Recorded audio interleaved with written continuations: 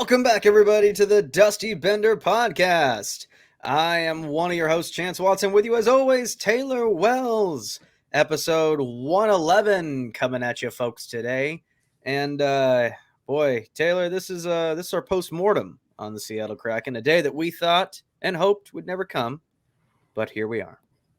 We thought they would never lose again, but this team will never lose again, is what we said. 2 Game 7s, man. It's just, it's tough. That is tough. It is absolutely tough. Just like your ex's heart, their playoff chances are just cold, icy. Cold. Just icy, snowy, already ripped in half, just patched up. That is correct. Correct. But you know what? There are positives to take from this, and we'll get into all that stuff in a second. Welcome back, everybody. We are glad to have you here. As you guys have noticed, we are on YouTube now. You can jump on over to YouTube to our channel. Subscribe to that, by the way, so you can get every episode as soon as it comes out. And you can also check us out on all of the other normal podcatchers that we are on. But yeah, now you get to see our smiling faces here. I'm repping some of the Hub Tavern right now. Taylor's repping some University of Idaho going back. Well, oh yeah, nice. Yeah. It says hockey at the bottom too. It's just nice. There we go. Repping our old team. I got my U of I flag in the background behind me. There you go. Yeah. So housekeeping real quick, folks. We want to first thank the Hockey Podcast Network for sponsoring us. Kyle and Dylan do an amazing job, and all the other podcasts in the network, God, they are just absolute beauties. Love interacting with them and giving them shout outs and sharing ideas and talking with them. Also want to give a shout out to the Hub Tavern, where I spent my birthday, a little bit of my birthday on Monday, watching the Kraken on Game 7. Well, it didn't turn out the way we wanted it to. The crowd was absolutely buzzing at the Hub Tavern. Lots of good energy there. Lots of Kraken fans. It is the hockey bar in Spokane on the Anchor Alliance. Check out the Hub Tavern on Monroe. I think their next big event's probably going to be the draft. They usually do a fun little thing for the draft coming up. So that'll be a good time. Keep that on your schedules and on your calendars. And if you are in Spokane, check out the Hub Tavern. Say that you learned about them from the Dusty Bender podcast, and Dave will, I don't know, do something nice for you, I guess. Maybe it's a maybe it's a discount on a beer. Maybe it's a fun insult. Who knows? Oh, yeah. You walk in and say, "I'm here from the Dusty Bender Hockey Pod," and he's like, "Cool, get the fuck out." Yeah, get the fuck out now. Yep. See ya. They just leave. He just turns around to Mona. Money well spent. Ugh. So glad.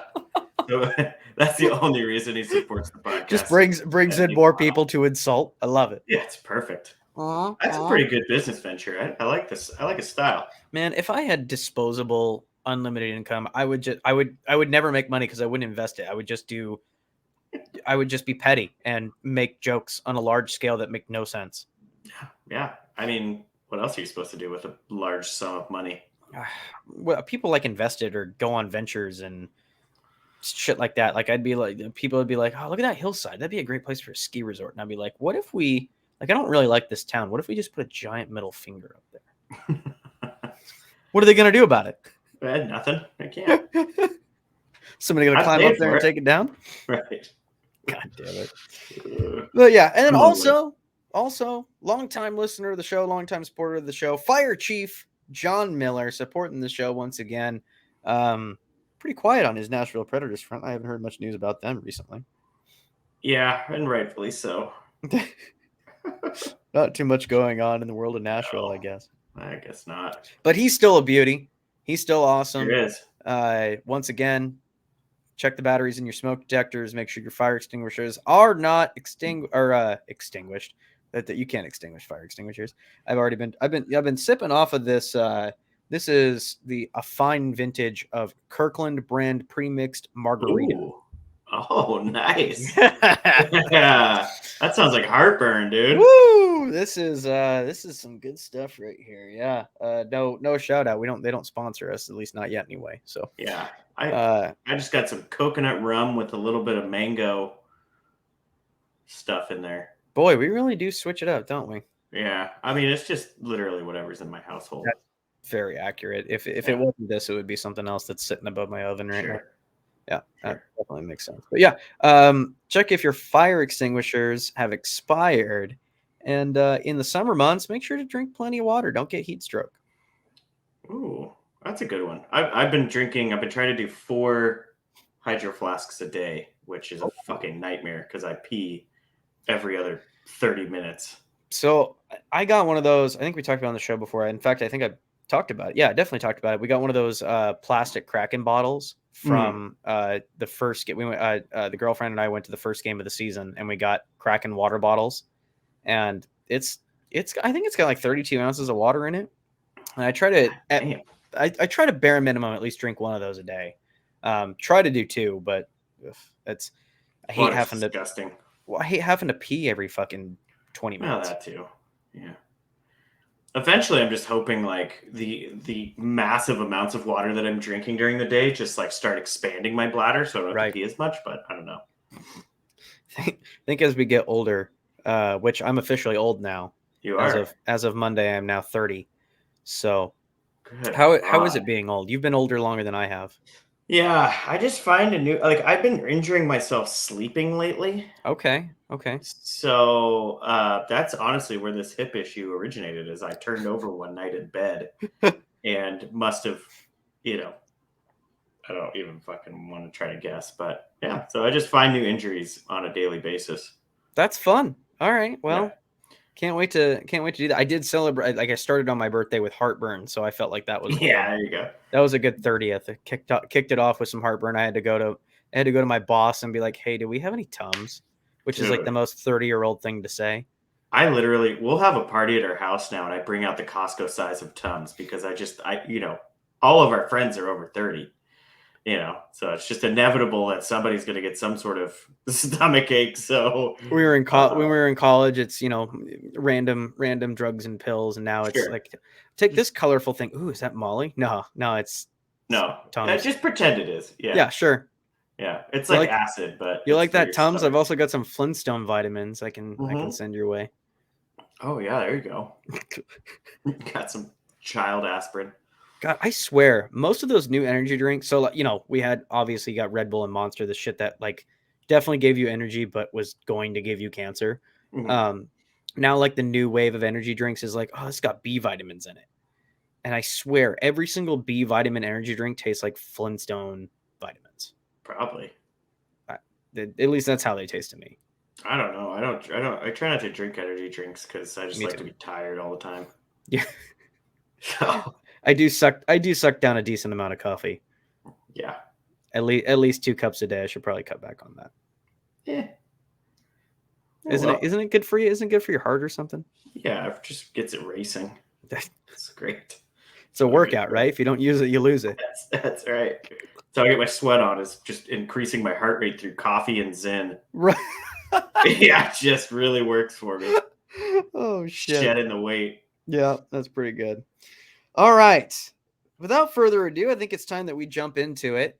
Sure. Let's start it off with tweet of the week. Hey. Tweet of the week. Tweet of the week is actually multiple tweets because we got a lot of things to cover on here. Once again, if you guys if you learned about us on Twitter or anything, welcome to the show. We appreciate you guys following us on there and having fun with us on Twitter. We definitely like to engage on there. Sometimes we like to rile some people up, but yeah, it's definitely a good time. One of the things I want to shout out, it's actually I don't have it right up in front of me, but it's an account that we've actually bumped heads with in the past. It's like a Grubauer Stan account. Mm, The German gentleman. nice. Yeah, we haven't gotten along in the past, but they did retweet something pretty solid. It was the Gordon Ramsay meme. Here you go. The Gordon Ramsay meme. Where he's like nice to the Mm, girl and then mean. Yeah, mm-hmm. that's good Yeah, shit right there. that is pretty solid. Yeah.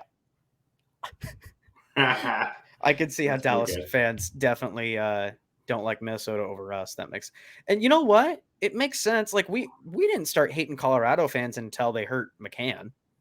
Well, and tried to defend that garbage hit, right? Which there wasn't really anything just horrendous in the Stars series, which No, helps. No, it was a good series, and that's a healthy rivalry in that fan base. Like I have no, more often than not, because I'm a fucking competitor. Usually, when my team is beat, I'm rooting for every single team other than them. Right. And in this case, it's okay. Well, not to jump ahead, but like Dallas is at the bottom of my totem pole on the 4 that are remaining, but not because of the Kraken series. Sure. So, yeah, that was definitely a solid one. Also, wanted to shout out our boy Jaden Schwartz. Jaden Schwartz on the Seattle Kraken, repping an Idaho hat. Oh, can't see it on the camera. You can't really see it, but it's too blurred out. Okay, well, we retweeted on Twitter. Old Schwartz repping a Idaho hat in his exit interview with the Kraken. Absolutely love the shout out on that. I wonder if he like vacations out here or something. I mean, doesn't half the fucking sports world have some sort of vacation home in like Coeur d'Alene or some shit? Yeah, or Gazer. Yeah, so yeah, Gazer. What's the one up north of? I guess it's technically Washington. What's the one? Liberty Lake or something like that? Isn't that? Oh, yeah, Liberty Lake's got a decent. Yeah, that's where Tyler Johnson's from. Yeah, and Gretzky holds his hockey school here in the summer. That's why I go trick or treating up there. Just hope to bump into somebody. Oh, you're getting full-size candy bars there for sure. Fuck yeah, dude. Old TJ comes out. He's like, hey, these are family size. Hey, man, aren't you like over 30? Nah, dude. Where's your kids? I'm a kid. He got some. He's picking up some of the youth after Connor Bedard. Yeah. Did we talk about that in the last episode, by the way? I don't know what you're talking about. The fucking draft lottery. Yeah, we did. Okay, that makes sense. Yeah. Remember that bullshit. Chicago's absolutely going to love Connor Bedard. That's going to be a good time. Yeah, he'll be all right. Fuck. All right, and last but not least, a meme going around on the internet that we just retweeted out, but a picture of Gary Bettman and the Coyotes. Gary Bettman saying, "I love you." The Coyotes just, please let me die. Just let me die. What is that originally from? I have no idea. Oh gosh. That's a trope in a bunch of movies, I'm sure. But yeah, that's pretty good. Seems like a Benjamin Button thing. Like, just let me die, dude. I'm fucking old and tiny. I'm so tired. So tired.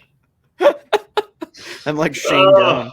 Yeah, poor sports team, dude. Jesus Christ, man. I didn't know a sports team could be tired, but they are. They definitely are tired. Damn.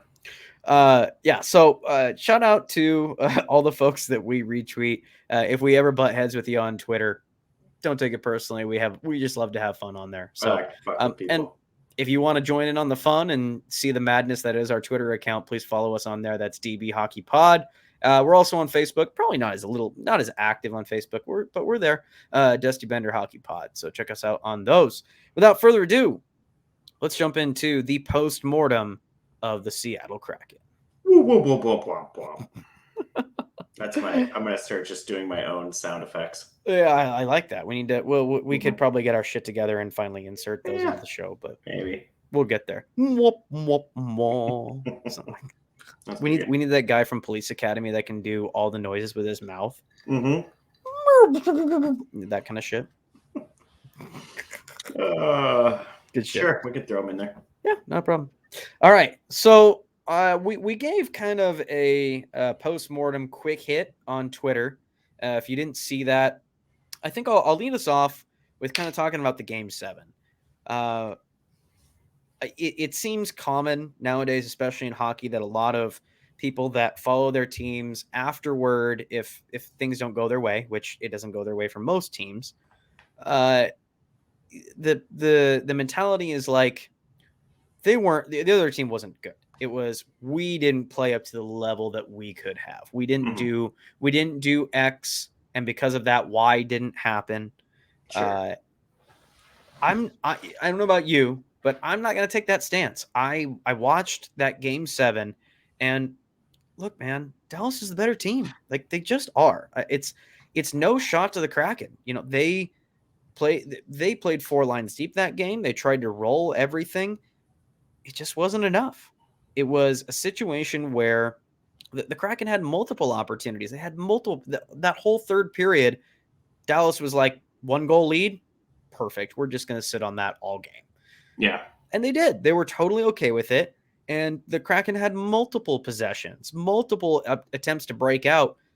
We struggled to even get out of our zone. And it wasn't because, like, Elysiak was throwing it to Grubauer on accident or bad passes or anything like that. They were making clean passes. They were bouncing back and forth. It's that sit back mentality. They were doing 3 deep. They were sending 3-4 checkers into our zone and making our life fucking hell. We couldn't get a single fucking breakout going. Couldn't generate anything. All the shots in the offensive zone were coming from the outside. Ottinger just really wasn't challenged much. Yeah. Yeah. You nailed it on all of those accounts. I think just the effort that the Kraken put in, even in Game 7, I mean, just up until that point, I mean, they really only took a couple games off in this 2 rounds of playoffs, right? Yep. So focusing in on how, like, poorly the Kraken played, it had nothing to do with Dallas. Dallas executed their game plan perfectly. Yeah. They, like you said, pucks in deep. They were shaking our D, like they just the Kraken D, and more power to, it's not all on them, right? Big game. There's jitters, huge forecheck from Dallas. You're going to make mistakes. Luckily Grubauer was really playing pretty damn well. He played great. He played great. Pretty freaking good, right? So then those mistakes were a little, they weren't as loud. But like you said, Dallas just executed their game plan. They clogged up the middle of the ice. They kept the Kraken to the outside. Ottinger obviously played good. He still played a really good game. I mean, he had a freaking shutout going into fucking 2 minutes left. Yeah. In the game, right? So I mean, like, even though not a lot of high danger opportunities, I don't think, for the Kraken. I think Ottinger still could have let one in from the fucking boards, right? I mean, just the way we've seen, he got pulled twice in this series, right? Sure. So I think, yeah, picking on some of those things, I think one of the glaring issues is still that defense, right? I think you want to see, even with the high pressure forecheck and stuff like that, you still want to see them not just cough up the puck as much as I think they were in that game. But both those goals were off of breakaways, basically. The second one, like, I don't even want to cough up. The first one was a D cough up. The second one was just a fucking sexy like a pseudo breakaway, but goddamn, man, like you can't, like, that's one of those goals that everybody just shrugs their shoulders and you're like, there's literally nothing we could have done. Like, that's such a tough goal. That it's Grubauer. You can't blame him for leaving a tenth of an inch on the over his fucking shoulder, and ridiculous. Not every player can just backhand it roof, hit the top. That was ridiculous. There wasn't a lot of mistakes, and normally the Kraken can come back from a 1 or 2 goal deficit. In fact, I wasn't worried at all until the game was over. Yeah, I think I was. So Hackstall did comment on it a little bit. He said, he wasn't. What did he say? Basically, like, they had used all their energy, right? Like he felt like they really came with some energy, but I did get the feeling like, they just didn't have that extra gear, and Dallas had that extra gear plus a great game plan, right? Sure. So I think that's a lot of it. Gru made some ridiculous saves. I mean, he had a couple glove saves that were just completely point blank. Oh, he kept them in that game much longer than they should have been. Sure. It could have been a lot worse. And I don't think that has, I'm with you. Don't magnify Kraken's inability to score in that game. I think if it was Colorado and they did it like that, then yeah, sure, we can rag on sure on Kraken all day, because I don't want to give Colorado any sort of but they're two different teams, and we've talked about that. Dallas is firing on all full cylinders. This is stuff that we talked about in our pre-series recap or prediction episode, where if Dallas is firing on all cylinders, not only do you have a star line, you've got 2 star lines and depth. Sure. If Jamie Benn and Sagan on the third line are playing even 8/10 of what they used to be, that's a dangerous third line. Which they both played really well in Game 7. Well. Yeah, in fact, their star player, everybody that was expecting to have a crazy playoffs, has been relatively quiet. Yeah, he did have a Piper too. Yeah. in that game 7 though, which Maybe he's just snake bit. Who he knows? is super snake bitten. I think it was game 6 too. One popped over his stick right in front. Sure. But I yeah, think in my final, like, talking player, obviously Grubauer, best player for the Kraken in that game. 100%. Bjorkstrand, man, that guy, he's going to be they're going to sign him long term, and that guy's going to be a star on this team. Like, he is going to be a fixture for a long time. I thought he played absolutely great game. He was grinding the whole fucking time. It was that I liked his game from that. He finally picked it up. I think it was especially after that game 7 where he was just fucking lights out, unreal, hitting bars and shit. Yeah. Bjorkstrand just played out of his mind, and I really like the gain from him. Eberle had some opportunities. You can tell that the rust is kind of wearing on him a little bit, but it was still there. I think the only bad, I don't know. I don't think anybody played bad. It's just like you hope that certain guys were going to stand out a little bit more. I was hoping that Jared McCann was going to have more of an influence. I was hoping that Ellie Tolvanen was going to have more of a presence.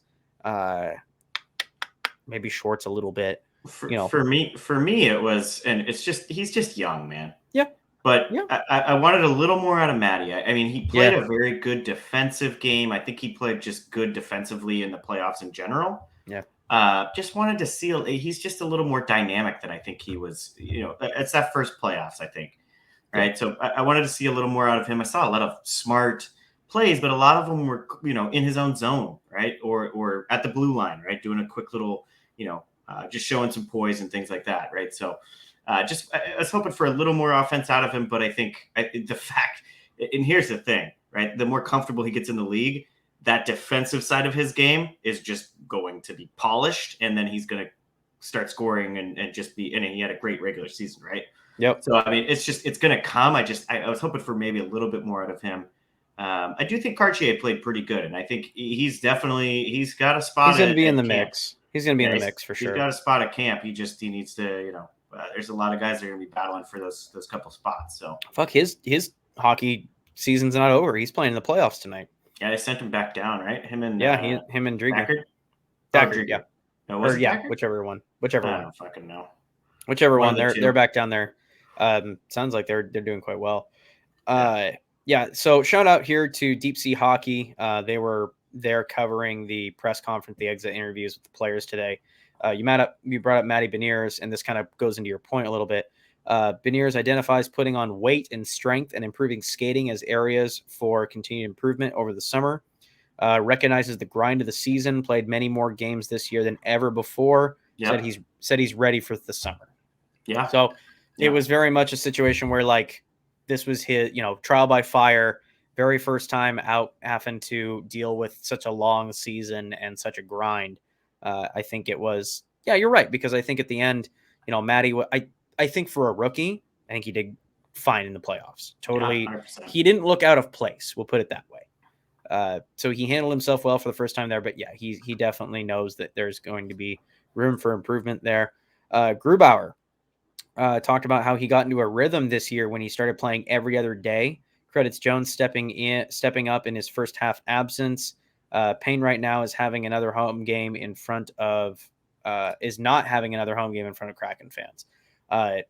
Obviously these guys are coached. They're supposed to say nice things about the home crowd and whatnot, but it was a very common thread amongst all these players talking about how amazing the fans were. They absolutely loved the love that they were getting at CPA. And a lot of them said that the goal in game 6 against Colorado, where Eberle scored, was the loudest they've ever heard. Yeah, just sick. Of any crowd in their that crowd. I mean, that place gets fucking loud. You and I have been there a couple times now. Yep. It's ridiculous. Like I said a couple podcasts ago, there was an empty netter where they iced the last place Anaheim Ducks, and the place went fucking wild. It's crazy, man. It's a great atmosphere. So, yeah.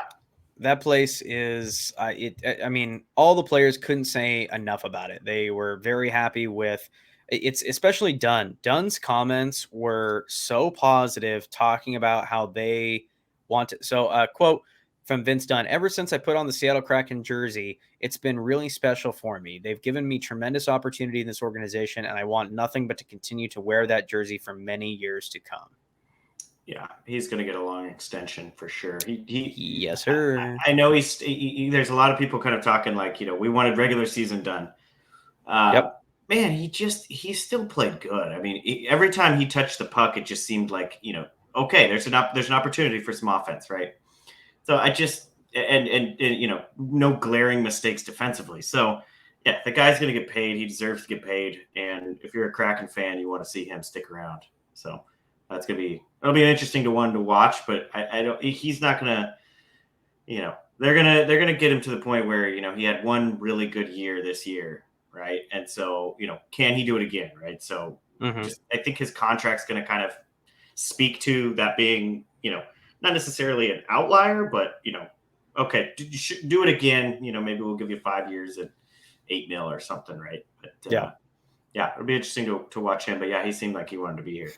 Oh, absolutely. So Jamie Elysiak in his final Kraken media availability recalls the Jordan Eberle OT game winner in Game 4 against the Avalanche as a special moment for the team, and that the building exploded. Credits the fans for consistently showing up for the team. Yeah. The most blocked shots through Game 7 in the playoffs for Jamie Elysiak. So it's got to be good for something, right? He's just giant. I mean, that's one of the main reasons why he's on this team. Like they brought him on to be a big body and to stop pucks. So not to score goals. Come on, dude. No, I don't think so. Well, I don't think so. Maybe I'm wrong, but I don't think so. Yeah. Also, shouting out, I'm getting a lot of these from Emerald City Hockey. Shout out to them as well. Yeah. They're good folks. Yeah. Sure. Other than that, if you guys are interested, I would check out either one of them and see all the press the post game exit interviews with everybody. Schultz was one of the very first to get up there, and it was kind of cool listening to him talk. Quote, no one's looking at social media or listening to the experts saying we're not going to win in the first round or make the playoffs. We just go out there and have fun. And honestly, that was probably one of their biggest strengths, no pressure on this team. Yeah, for sure. It's a strange freedom not being just going out there and having fun. That sounds like loser mentality. It sounds like something you say when the team, you're going to lose a game and you're like, let's just go out there and have fun. But when you've got the skill and you're enjoying yourself and you're not necessarily worried about, like, man, Toronto players, and we'll get into Toronto in a second here, but God, every single win, every single mistake that you've got, it's magnified by 1,000%, and you're crucified by not only the local media but the fan base as a whole. There's a real possibility of a jersey hitting the ice if you fuck up too bad. Dude. If you ring one off the post in fucking warm-ups, right, they're gonna toss a fucking jersey on that. Yeah, it's fucking over. Like John Tavares was the savior of that city. Him and his Toronto Maple Leaf pajamas, and he was a local boy, and he's the hero. And now they're you've got every galaxy-brained cap analyst in the world trying to figure out how to move his albatross of a contract. And trying to find his pajamas he wore back in the day to burn them alive. Right. Put him in them and then burn him. Yeah. That's we the loyalty. We should put a second team in Toronto, Chance. It's really fucking working. Oh, God, I would bet my entire life savings, which is roughly $8 right now, that if there was a second team in Toronto, it would immediately do better than the Toronto Maple Leafs. Immediately. Toronto Leafs of Maple. Something like that, yeah. I mean, Toronto Maple Queefs. Hey, there you go. Mm-hmm. Maple Keefs. Maybe he moves over. Oh, there you go. Okay. Yeah, it's funny because you talk to like I used to work with a bunch of NBA fans and stuff, and they talk about the LA Clippers and Lakers as like, yeah, just move one of those two teams. Like, it's stupid. So why the fuck would we do this in hockey? It's so stupid. So dumb. I don't know. So yeah, we hit on a little bit. Playoff hockey is not necessarily ended for Seattle right now. The Coachella Valley Firebirds are doing quite well, if I'm not mistaken, in their playoff run. I think they had a game tonight, and man, that roster is stacked. They got a lot of our prospects on that roster right now, pushing for a Calder Cup. Which, hey, a second round Game 7 exit and maybe a deep, if not Calder Cup win, is a strong look for this organization. Yeah, And 100%. we would be 100% happy for the Coachella Firebirds and that organization. And all it would do is just bolster the confidence of all of them. And I can't wait to see them do more, because we know we're getting at least one of those goalies called up. And that we're getting, at least Shane Wright's at least going to get a look. Yeah. I think and this is a good segue too, because we want to kind of put the post-mortem to bed for the Kraken. Overall, tremendous success. This team was not supposed to make the playoffs by many analysts. I think you and I did say that they were. We anticipated a first round exit. We even, picked the Colorado Avalanche to beat them, and they pulled that off. And hell, they almost pulled it off against the Dallas Stars. So Yeah. they proved us wrong. They proved a lot of people wrong. And that's I think that's why there's this air of optimism, is because this is not like a Boston last dance final kick at the can kind of thing. Like, Seattle has such a bright future. It's only going to get better. We're only going to get more picks. We're only going to get more cap room. We're going to only get more elite prospects coming through our system. And man, there's a lot of reasons to be optimistic to be a Seattle Kraken fan. So I think maybe what I wanted to spend this last bit of Kraken talk on was, what's the future hold for this team? What are we looking at for a roster next year? We do have some decisions to make on RFAs and UFAs coming up, if I'm not mistaken. Yep. Let's pull them up. What do you think about that? Yeah. So going back to Coachella real quick, up 2-1 in the series. You're looking at some of those guys. Some of those guys are, candidates for kind of more of a fourth line. Some of the guys that are doing really well. Cole Lind, a couple of those guys. I think McCormick is another one. But, so for the most part, they're kind of third, fourth line filler guys. They're not going to be anything really that special, I don't think. Cole Lind is not a bad option. But Riker Evans is someone to definitely keep an eye on. He's having a really good playoffs for Coachella. He definitely can kind of fit into some of these things. Carson Soucy is one that's going to be a UFA, and I just don't see them keeping Soucy.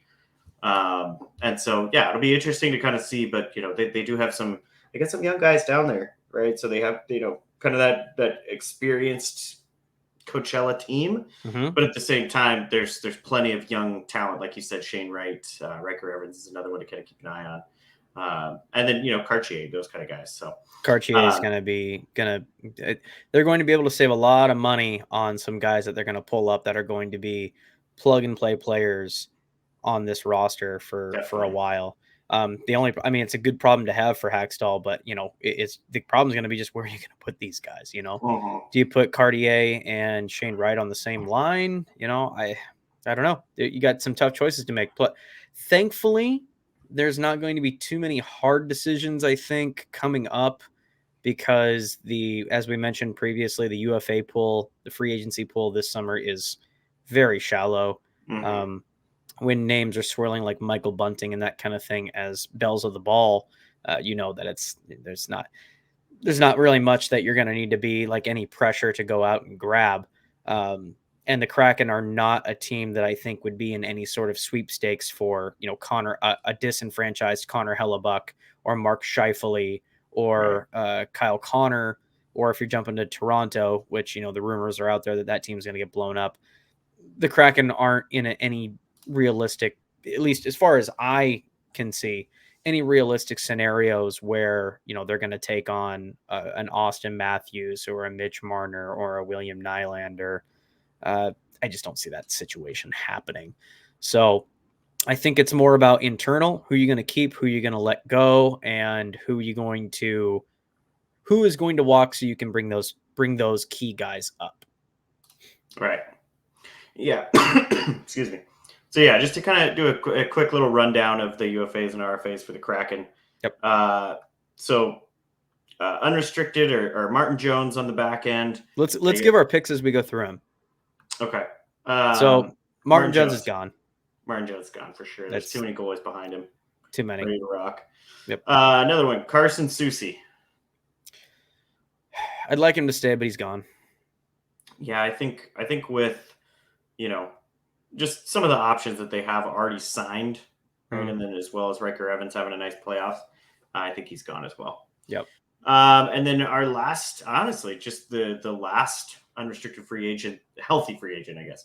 Ryan Donato is another one that's unrestricted. I think he's also gone. If he played this year, it might have been different, but with him not on the roster and this team doing what they did without him, he's not long for this team. You're getting confused. That's Donskoy. Oh shit, that's right. You're right. Sorry. Donato. Yeah. That's who I was talking about in my head was Donskoy. No, Donato's great. I think we should I'm hesitant to say that he's gonna stay, but I would like him to. Yeah, I think there's way too many options. I mean, you gotta find a spot for Cartier, probably. You gotta find a spot for. Unfortunately, you've got guys behind him that are probably gonna force him out of a job. Yeah. So Donskoy's gone. Donskoy's gone for sure. I think you nailed that one on the head. Another one is technically John Hayden. I think he's probably gone as well.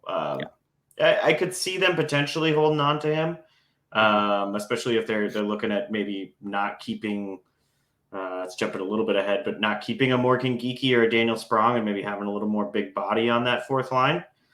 I could potentially see John Hayden sticking around, but I think with his contract, I think he's probably gone as well. Yeah. Our RFAs, do we want to get into those?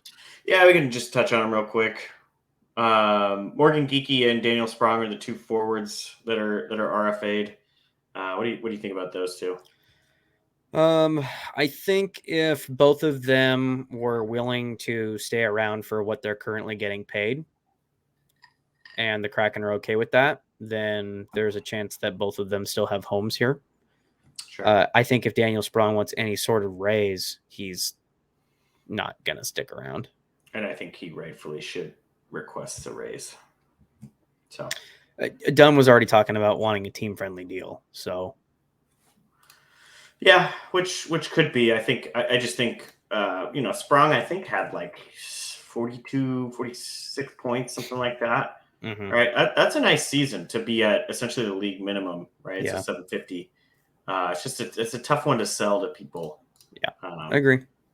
Especially when Dunn can say I'm going to take a team friendly deal and he's still going to be at $8 million, right? So let's talk about that. So the word on the street is that it could be 8, could be 5.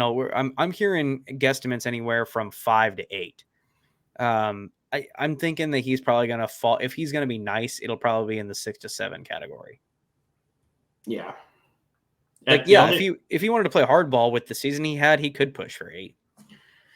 Yeah, especially since he's already at $4 million. Yeah. If people are truly thinking that it's going to be $5 million, they just don't. You're being very hopeful. That's as much as these guys want to take team friendly deals to potentially bring a cup to Seattle. There's also there's a precedence that has to be set too, right? You can't just say, yeah, he's worth $8 million, but he's gonna take 5, right? It's just, it very rarely happens like that. I know Crosby only took $1 million or $2 million off, right? I mean, it's not twice as much. He wasn't looking to get 18 mil and took 9, right? So, I think a fair price for Vince is probably between 7 and 8. I think that's totally fair. So I could see him potentially taking 7. If he took 6, he is the nicest man ever, because I did a comparison between him and some of the guys that he was kind of around points and stat wise this year, and he should probably be between 7 and 8, 8.5. So I would say that that's fair. So I mean, if he's going to take a team friendly deal, you're talking 6 to 7, and for long term, what do you think the term on that's going to be? I think they try to lock him up long term.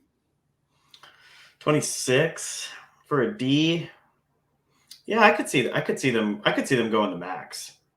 I think people have really enjoyed him. I think the only reason that they probably wouldn't go max of 8 years with him is to just kind of make sure that it wasn't a fucking fluke, right? I think he showed us what he's Yeah. always been capable of. Yeah. But there is that potential, right? That he kind of has a step back and steps back into kind of, you know, between Sure. what he had been doing and what he did this year, right? So maybe it's a compromise where like the team gets, one and he gets the other. So like the team will sure, be like, all right, we'll, you want obviously 8 years. We'll do 8 years, but you're going to need to do it at 6. Sure. Or vice versa. Like you can have the money or you can have the length, whatever you want, but you can't have both. Sure. And, maybe they give him like, okay, we'll give you 8, but it's for 3 years. Yeah, I could see them. 3 is so short. Yeah, just with the amount. Yeah, if I'm being pessimistic, like if Yeah. I'm not, I think Dunn is. Do I think he's going to have the season he just had? Tough, but I think that he's. We're going to see consistent seasons like this from him. Yeah. I don't think that we see like. I don't think next season gets better. Like I don't think he improves upon this. I think he's right where he is, and with that, I think that merits. If I'm a done pessimist, I'm not. But if I'm sitting here, if I'm the Kraken's guy that they hire to make every player look bad, I'm doing exactly what you just said. I'm saying that like, look, this is 1 year an outlier. You had a hell of a season, but it's one. We need to see consistency. And then Dunn's agent will fire back and say, I fucked your mom last night, and I don't want to hear anything that you have to say. It's a bold strategy for right. Yeah. For contract negotiations. Yeah, contract negotiations. That's one way to do it. Agent comes in. Dunn's like, "How'd it go?" He's like, "Well." Huh. You ever see the show Silicon Valley? Yeah. Where Bachman's going in and like trying to sell the company, and he just sticks his balls on the table. Mm-hmm. That's what I just feel like Vince Dunn's. Yeah. And whoever his agent is. Sure. Yeah. So I mean, to that point, right? So last year, I know Kraken in general had a down year. You had 35 and 73, right? So you could say 40 point pace or something along those lines. So I think what you're most likely going to get out of Dunn every year is probably between 50 and 60. I think it's 64 points. In a year where scoring was up, right? That definitely applies to it as well. So you're going to get that 50 to 60, which I think is great. But the guys that you're looking at around the league that are in that zone are between 7 and 8.5. So but we'll see. We'll see what they do with Dunn. They got to keep him. They just don't have enough options on the back end. I think Riker Evans is going to be good, but you got to have some NHL experience if you're going to just get back into the playoffs next year, right? You can't just say, "Yeah, we made it," and then shit the bed. So right. So looking at daily faceoff, let's put a wrap on our Kraken post-mortem. If you had the way too early predictions for our roster, looking at Jordan Eberle, Matty Beniers, Jared McCann. I don't know if they'll be on the same line together, but I think we can say that they're safely on the team and nothing, next up, we can pencil in Burakovsky coming back onto this team. Yeah. For the sake of argument, we'll say that he's on a line with Jaden Schwartz and Alex Wenberg. And can we safely assume that those three are also on the team? Yeah, I think just with their contracts, I think it's going to be tough to convince anybody that they're not. Okay. So, right. I mean, we're sitting here talking about contract extensions, man. This gets complicated because third line, Eli Tolvanen, Yanni Gord, Oliver Bjorkstrand. While we're not, saying that line's going to stay together forever, those three guys are penciled into this roster barring injury. Right. So we've got 9 of 12 already cemented into this roster, which only leaves, fourth line players to mess with. Tanev is staying. You've only got Morgan Geekie and Ryan Donato to play with. Yeah, which those are both guys that are RFAs. Right. Do you let them, depending on what you ask? See, the Kraken really have a lot of bargaining power here because they go to Morgan Geekie and Donato and they say, "Hey, man, you can stay on this team, but your roster spot's not guaranteed because we've got young guys nipping at the heels. Right. Because that's a good question. If you were like, Chance, would you rather have Morgan Geekie or Shane Wright? I don't know. I have not been a Shane Wright stan. I didn't watch him when he was with the Spitfires, or not the Spitfires. Was he with the Spitfires? That's a good question. It's too late for me to fucking think. Whatever CHL team he was with, and now he's with Coachella. I have seen some chatter that he hasn't been really standing out in Coachella, so that's not necessarily great. I mean, granted, you can't blame a kid for just jumping in from, he's gone from pro to AHL to pro to CHL to now back to AHL playoffs. So, I Right. mean, it's a very But awkward situation for him. and I don't think he's getting a lot of time. Okay. They They don't want to mess with the chemistry. Yeah, yeah, exactly. Trying to go for the wins. Sure. Just bringing him in for experience. But I mean, he's got 4 points in 11 games, something like that, with Coachella in the playoffs. So not horrible, but yeah, I just don't think he's getting a ton of time. So, I mean, we've got realistically 3 guys here and 2 spots on the offensive line. Riker Evans is an offenseman, correct? No, defenseman. Oh, okay. Well, then this situation. I mean, you've got 4 guys fighting for 2 spots: Morgan Geekie and Ryan Donato, and management's probably going to not leave the choice up to them. They're probably going to say, "All right, Geekie, go we'll find keep a spot you somewhere else." Yeah, or whatever the case may be. sure. So you've got there's a very real possibility that we see. It'd be, while I would not want to see it because Matty Beniers deserves to be the first line center. It would be fun to see, a line of Shane Wright, Cartier, and Beniers, like our own little triplets line, Sure. our little kid line. I would love to see that. Maybe they do that just to experiment and see next year. But yeah, so it's nice to see that this roster will largely be unchanged, at least on the offensive side, and there'll be at least some room to bring in the new guys. Yeah, I think you're going to see, realistically, right? You're probably going to see Cartier and Wright kind of battling for some of those last spots. I wonder if they keep Donato and Geekie around as a PTO, but tryout kind of situation. Mm-hmm. But yeah, so I just, based on their contracts and things like that, this forward group is pretty much set. I mean, I think you could probably plug in Burakovsky, but maybe some of those young guys start filling in on the lower levels. But sure, yeah, it's not going to move too much. So based on, this is not what I want, this is what I think is going to happen. Geekie, I think, has played well enough to, he's proved that he's versatile and can go up and down the lineup. I think Geekie has earned himself a reasonable re-sign as long as he doesn't try to get greedy. Sure. I think they do let Donato go, and that opens up a spot for. What I foresee is that Wright will be the first man up in Coachella. Like, he will start the season in Coachella, and I even expect him to be primarily in Coachella, but he'll be like that first man up that is called. Sure. And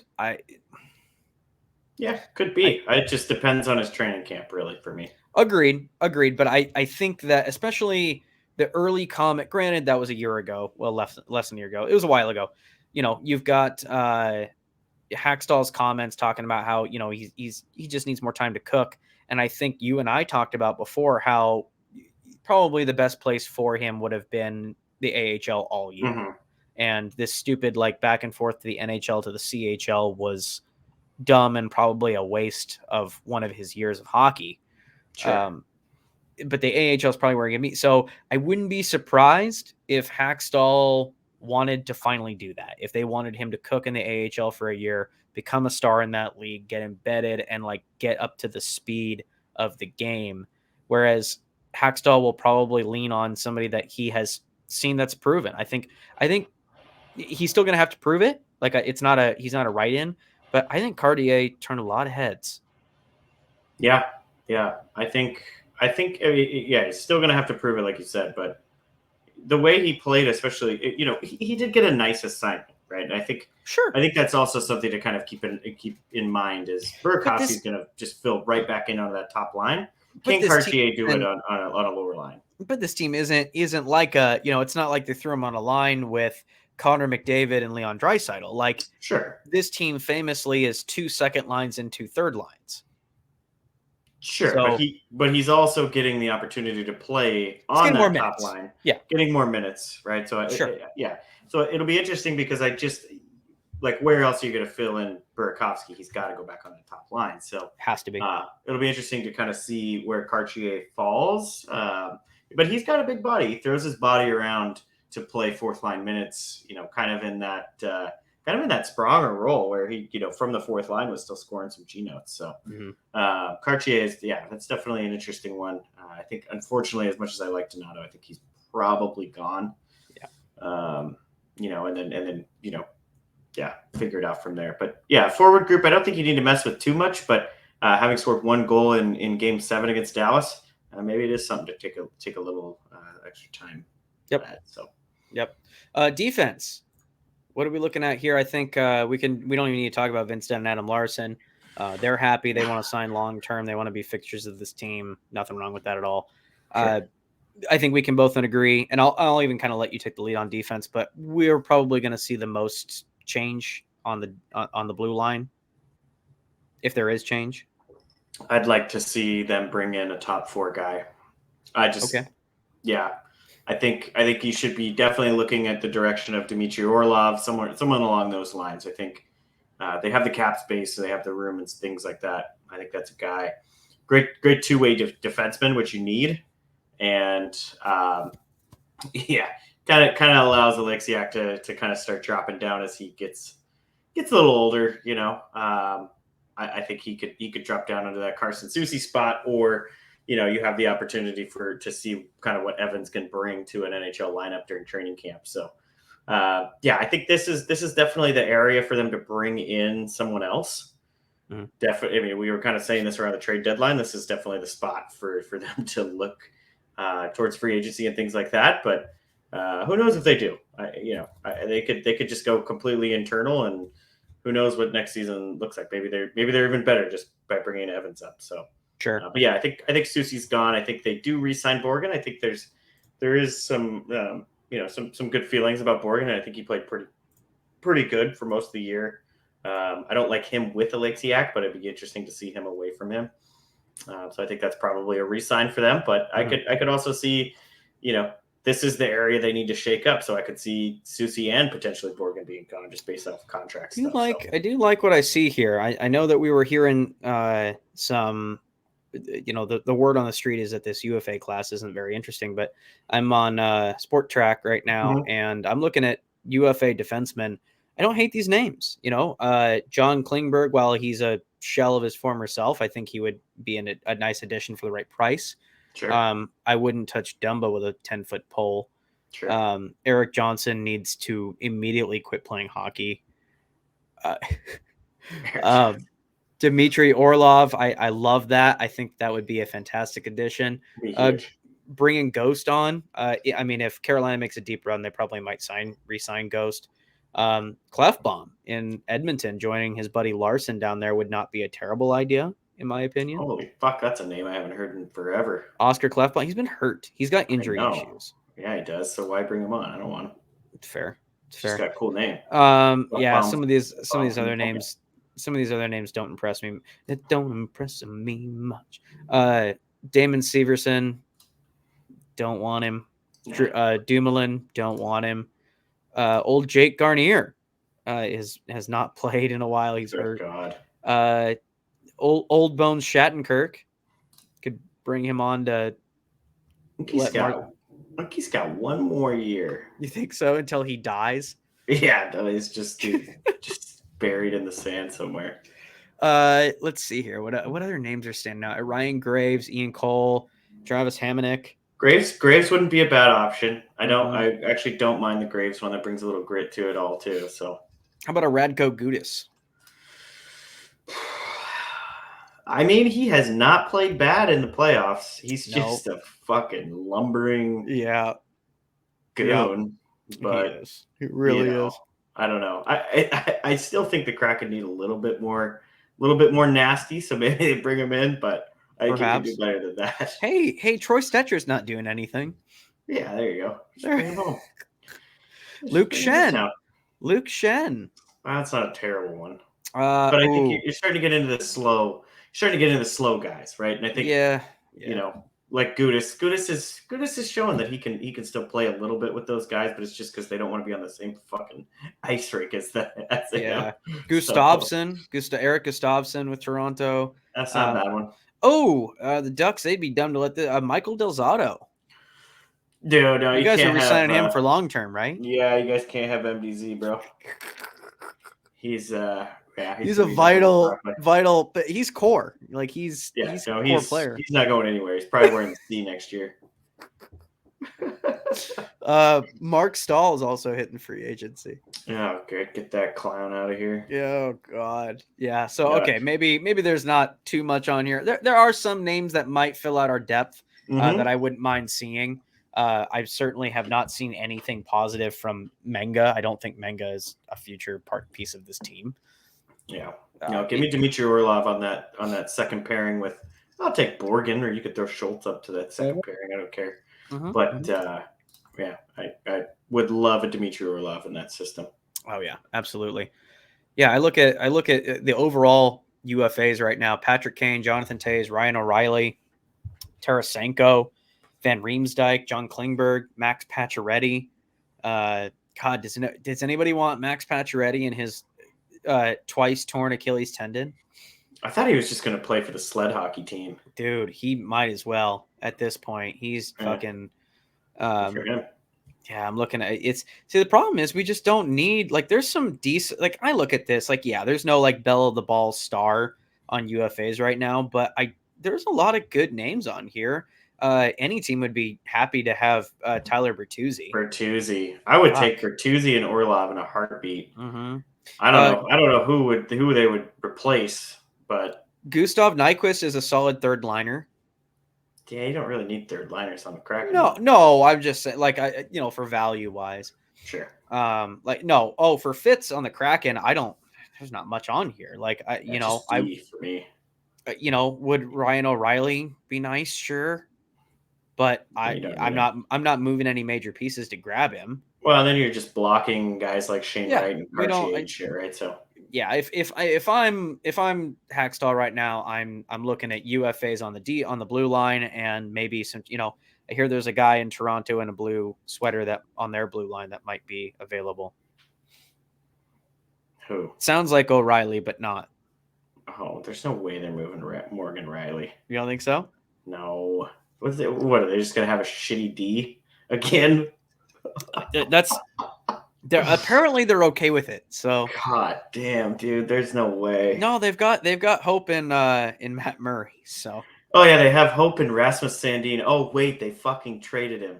Jesus Christ. Dumb as fuck, dude. That team. Okay. All right. Are we done on the Kraken post-mortem? We don't need to talk about goalies. It's going to be roughly the same. Grubauer's Philly and Grubauer's here forever, and it's either going to be Dackard or Drieger. Yeah.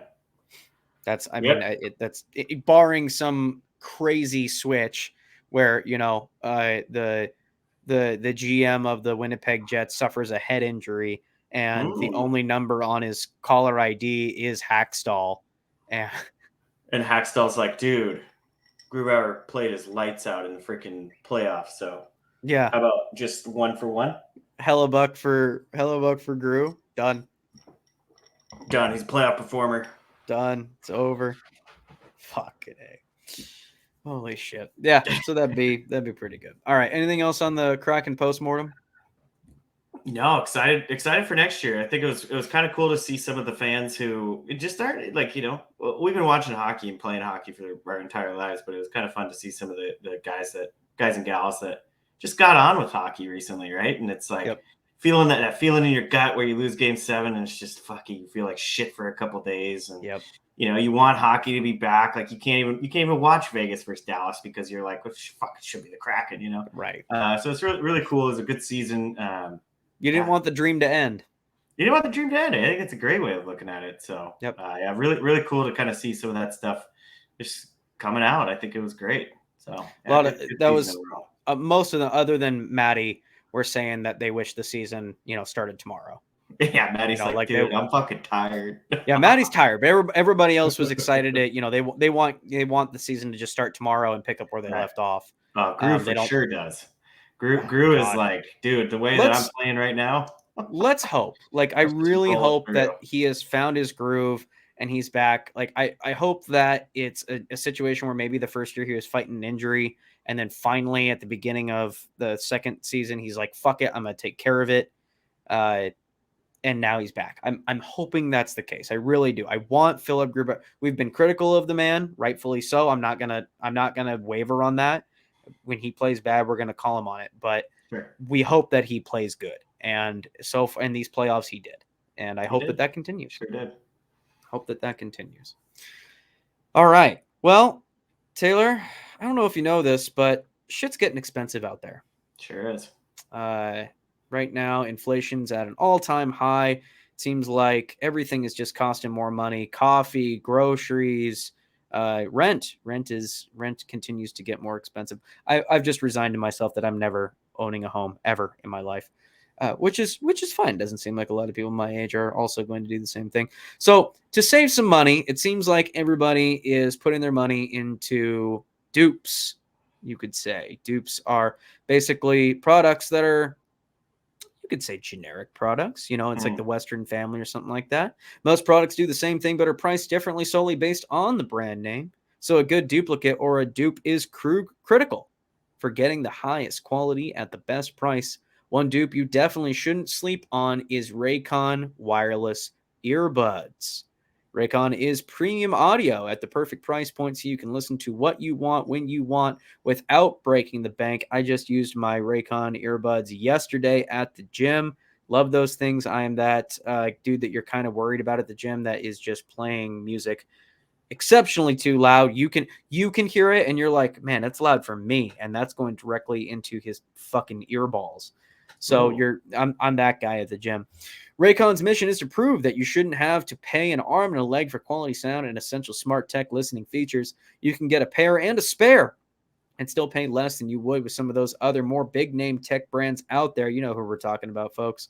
Raycon knows that in this economy, every purchase needs to be perfect. They offer buy now, pay later options. Right now, you can pay as low as $18 at checkout. That's a hell of a deal. They have an easy and free return guarantee. They offer 2 years of product protection insurance for just a few bucks. They also offer free domestic shipping and flat fee international shipping. There is also 50,000 5-star reviews for Raycon, so you can see that that people are back in the play of these folks. Folks, the customizable features on these things are endless.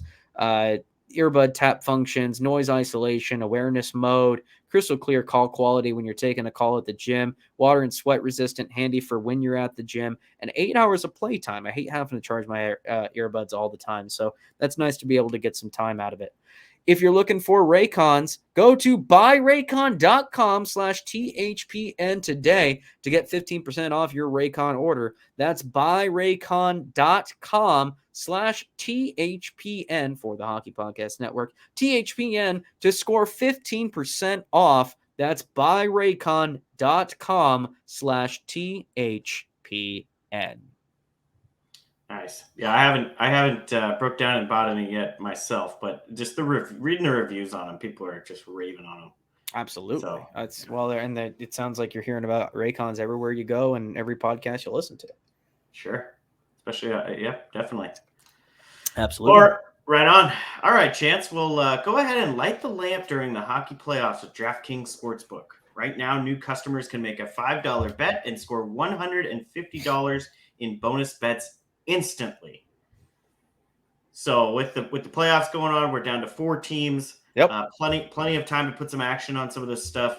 I believe checking out the playoff odds and things like that, Carolina is at the highest. I think Carolina, Carolina, and then Vegas by just a little bit.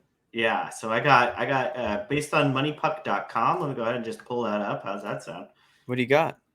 Whee, look at this. Here's our odds.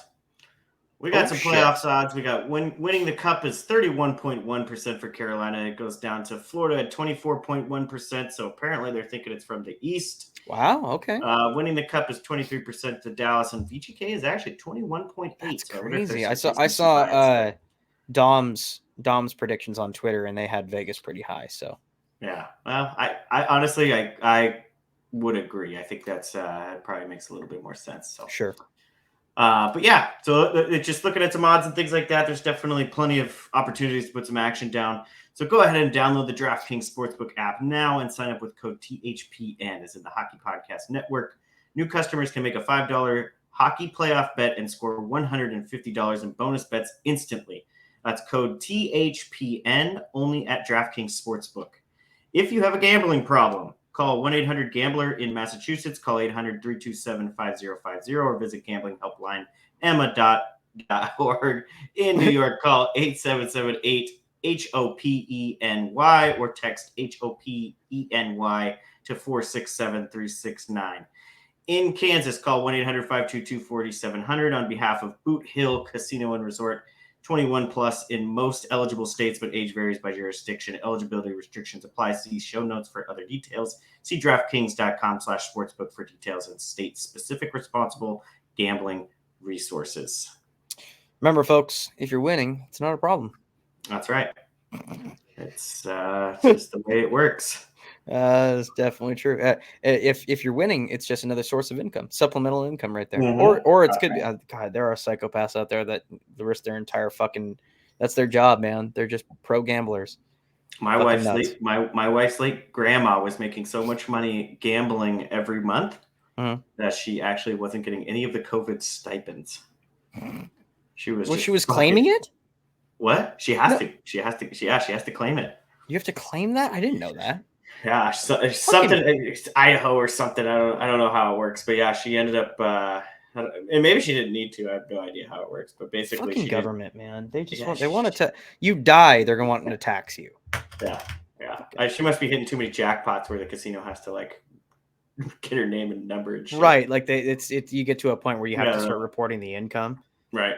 Jesus, I don't know. That's nuts. All right. Well, let's jump into our second part of our show. We're going to do a little quick playoff recap. For those who are unaware, been living under a rock, you've got the Vegas Golden Knights taking on the Dallas Stars in the second round on the West Coast. And you've got the Florida Panthers taking on the Carolina Hurricanes on the East Coast.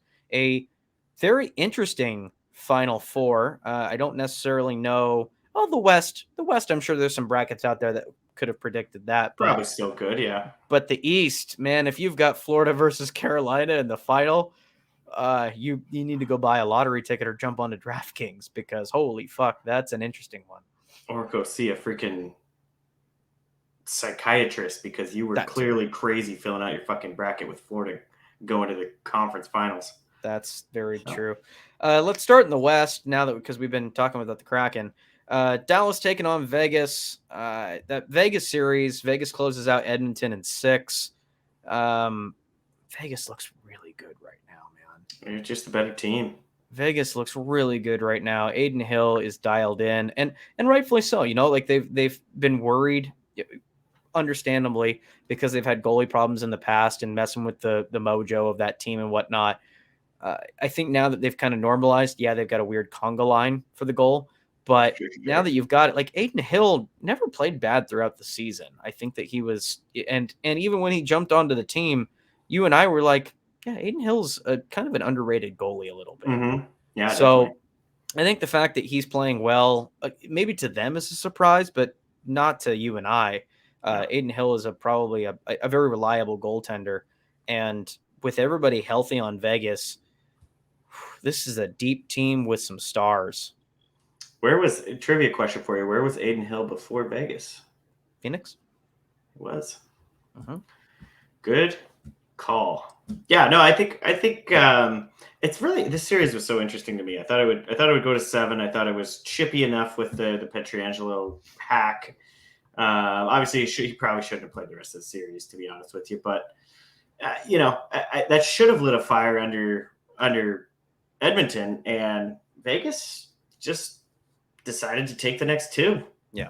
right? And Vegas just looked like the better team through both of those games, really. So I don't know, man. Is the difference goaltending? Well, so okay, first off, the difference is if you shut down McDavid and Draisaitl, you can beat the Edmonton Oilers. I swear, if any, even after that series now, if any Edmonton Oilers fans come at me in the comments or on Twitter and they're like, no, this team's deep, it's not just these two guys. Fuck off. Your team lives and dies by those guys. Okay? If they don't score, your team is not going to fucking win the hockey game. And that's what they learned that they needed to do. If you limit the damage that those two guys are going to do, your team is going to have a decent shot against them, especially if you combine, good to average defense and a Jekyll and Hyde in goal, man.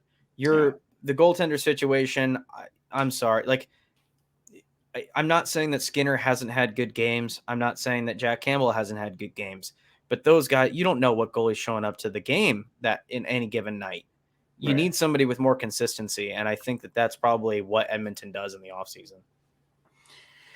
Yeah, sure. Figuring out their goaltending is something that we've been saying about Edmonton since fucking day one, that they got McDavid in there. I think another thing is a lot of that depth scoring that they had throughout the year, right? I know we talked a little bit about some of those guys kind of running off of the coattails of McDavid and Draisaitl. Mm-hmm. Nugent Hopkins scored his first goal. What, game 6? Right.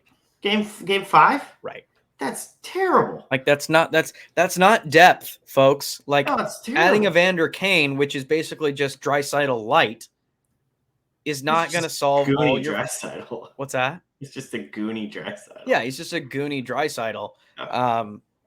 That if I had to compare him, he's more like he's closer to Eichel than he is Draisaitl. But sure. If we're on that team, in any case, so you've got that situation. I think that Ekholm had a great series. I think that it was an awesome pickup. They've needed to solidify and get somebody that was more solid on that back end for a long time. I think that was solid. I think it was just that this team is still very heavily reliant on your 2-star players. And it was kind of the problem with, not to bring everything back to the Red Wings, but it's my only frame of reference as I grew up. But the later years of the Red Wings, like if Zetterberg and Datsuk didn't do it, the team wasn't going to win. Right. And that's kind of how it is now. Like if Leon and McDavid, you can count on, 1 out of every 3 or 4 games, you can get the puck makes a bounce and you get some depth scoring from, Derek Ryan or Kyler Yamamoto. Bouchard was stepping in a little bit. These guys are names that can bring it sometimes, but they just can't be relied on for consistent scoring. And that's what, when 2 players are making up over 50% of your goals or some ridiculous stat like that, it's just not sustainable. You shut those 2 guys down, you just make their lives a little harder than normal, and that's the key for success. Combine that with bad goaltending and you're fucked. Yeah, I really did actually. I liked what I saw from Edmonton's D. Like you said, Ekholm is a huge pickup. If they could find a way to sign him, that's huge. Bouchard's the real deal. They need to find a way to keep those guys. Yeah, Bouchard is. I mean, if anything, he's RFA, right? So it's not too big of a deal. I think they'll definitely get his stuff worked out. But one of them's probably not going to be able. If they got to sign Bouchard, they're not going to be able to sign Ekholm. They don't have enough cap space for it.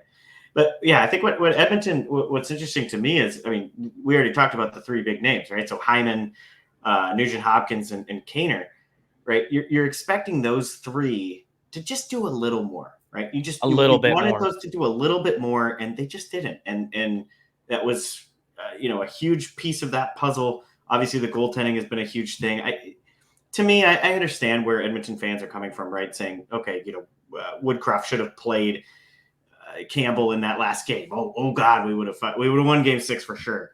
It's just, who knows? You could have also gotten absolutely fucking shelled with Campbell in that, because he just, in general is pretty wishy-washy as well. I know he had, a couple good relief appearances, right? Sure. So, I think it's just, that's a huge area, but Vegas looks good. Aiden Hill is, like you said, is playing really well. And that team is just the team knows how to win. And I think Bruce Cassidy is just a damn good coach. Yep. So I think it's gonna be a battle between them and Dallas for sure. Oh yeah, it's gonna be a good series. I don't think Dallas isn't too banged up after the Kraken series. I'm sure Vegas is a little, they got some bruises, but I don't think there's any major injuries coming out of that Edmonton series that got a little chippy toward the end. Well, Pietrangelo might have a head injury because in his interview where he's talking about the Draisaitl slash, he made zero fucking sense. So maybe he has some sort of a head injury, but who knows? He can't. What I mean, but in reality, what the fuck is he supposed to do? He's supposed to go out there and be like, "Yeah, I tried to take his hands off." Like, what the fuck is he supposed to do? Not basically say, well, yeah, if the guy wasn't crying on the ice, I probably wouldn't even have got a game. That's pretty much what he said. So I mean, you gotta find one I end of the understand. spectrum here. And So. Petro's shit, like it's it's still terrible. not a great play. It's still a dirty thing to do. I think that us old school hockey fans would appreciate if he was just honest about it. Be Sure. like, yeah, I got fucking railed into the boards. I was pissed off. I The took his wires arm crossed. off. I saw red, and I wanted to fucking take his hands off. Like, Right. like it still sucks, and you shouldn't do it. But anybody who's played hockey would have been like, yeah, I get it. Like, we've all, Right. if we haven't done it in a moment of weakness, we've definitely thought about doing it. Sure. It's the same thing with Makar, dude. Just own Yeah. up to it. I'm sorry, but like, we get it. I mean, Right. maybe some basic, Yes. like newer hockey fans and stuff might not understand, but like, Sure. like we haven't seen red in a fucking hockey game. Right. Come on, If dude. Makar came out and just, instead of that bullshit, oh, I didn't know where the puck was. If he would have just said, yeah, I recognize that he thought the puck was out. I figured that I could probably get away with a hit because he wasn't paying attention, and I went for it. Sure. Or even if he went down the route where I was like, he just admit to being an idiot. Like, Okay. I'm like, yeah, I was a fucking moron. Like, I wasn't watching where the puck was. I thought it was still in play. I didn't give a shit. I saw red, and I thought he had the puck, and I was gonna fucking clean his clock. Sure. It's like, all right, that still sucks, but again, who hasn't been there? Right. So that's one of those situations. It's like that picture from the corner. I think we talked about it last time, but Yeah, the picture from the corner where McCann is clearly looking up to the ceiling, and Makar is looking at him like, "I'm gonna fuck you up, I'm gonna dude. put I'm you gonna eat your through. fucking Yeah, lunch, dude. I'm gonna put you into fucking I'm gonna put you into the stands, kind of shit. Yeah, exactly. Just Yeah, total bullshit. Like, that's such a fucking. I I will never. It feels so good to hate Colorado again. Like I could have someone to hate, right? for a while, because the Red Wings were no longer in the West, I couldn't hate them anymore. Like, the Red Wings only play them like once a year, and all those guys are gone. So it's not like I could keep the rivalry going. But now I have a reason to hate them again. So it feels nice. It feels right. Yeah, Taylor, feels right. So in this series, we got way off track. In this series, who do you got? You got Dallas or you got Vegas? I'm gonna take Vegas in 6. Yeah, it's as much as I appreciate everything that Dallas has done. I think Rupe Hintz, if he can continue to play his solid hockey, Pavelski's a fucking animal. Ottinger's solid. I just think that Vegas does everything that Dallas does, but better. Yeah. I think that top line is just a little better than Pavelski. I think that Stone is playing great, solid hockey. You're getting depth from this team. The misfits are there. Up until this year and last year, I was a Vegas fan. I was a Vegas and Red Wings fan, and I followed this team very closely. Not as much this year. I've been following the Kraken more, but I followed the Golden Knights very closely. This is a team that's been built to do a long haul, because they've experienced pretty much anything that can go wrong. They've experienced injuries in the playoffs where you had the issues. They've had bad reffing, everything far and in between, and ownership is taking every step to kind of mitigate as much as they can on that. That's why if Aiden Hill goes down, there's still 2 more goalies behind him. Sure. Like they're ready. They've still got the squad together. They got Petro, they got Theodore, they've got Alex Martinez. This is a deep group. And they're all healthy, which is a first for Vegas in quite a while. Yeah. Eichel's hungry. I think slaying the beast of Connor McDavid probably just made him even more motivated. I'm not saying that it's going to be a close series. It's going to be a really close series. Otter's going to have to play out of his mind. He can't give up stinkers like he did in the Seattle series. True. The defense is going to have to be solid. I think that's where this series is the game breaker, is that the depth of the Golden Knights D is, I mean, the Dallas Stars' D live and die by Miro Heiskanen. Mm-hmm. And if he is not on his game every night, which, to be fair, he has been, but I just, there's 3 Miro Heiskanens on the other blue line. Ooh. 2.5. Oh no, I disagree with that. But I see see where you're going. If Petro is 80% of the hockey player, Shea is 80%, and Martinez is 70% of the player of Miro, that still outweighs Miro. Ugh, I hate that. I don't know. Miro has very complete hockey player. Head-to-head matchup. Just go off head-to-head. Miro versus Petro. Okay, Miro is the better player, I would say, by a significant amount. It's not like massive, but it's there. Miro's got age and speed. Next, we'll go Lindell versus Theodore. I'd give it to Theodore. Yeah, but that's not what the argument was.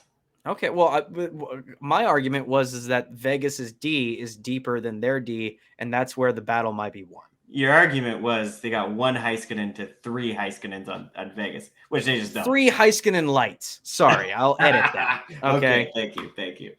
Yeah, but I agree. I mean, what are you gonna do? You throw Suter out? I mean, you throw Suter out there against Alec Martinez, you're gonna have a bad fucking time. Right, exactly. So yeah, but I mean, if Adin Hill can continue the way he played in the last couple of games, I think it's Vegas does have the opportunity there. I think if you see Otter, and Adin Hill plays, any lesser than what he was playing, I mean, yeah, it's just, up and down the lineup. I think Dallas has a little bit more of an edge on the forward group, just with the way that Seguin and Ben are playing. And I think you can go as far as even saying Marchment still had a good game in Game 7. Sure, he has been playing above what we expected of him. Right. I'll give him that. And Domi, and you kind of start throwing some of those names out there. I do think Dallas has the slight edge there, but you're 100%. The D for Vegas is much better, even if they don't have that Miro Heiskanen. I mean, Miro Heiskanen to me this year played top 5, top 10 D in the league, let alone it's not like Pietrangelo or Theodore had ridiculous seasons. And then I think you could probably go to the goaltending matchup just based off of resume. I think probably Ottinger by a little bit, right? But the way Adin Hill's been playing, so it really is going to be a good matchup. I have voted against Vegas the last 2 series, and so if you're a Vegas fan, you probably want me to vote against them again so that they continue to fucking win.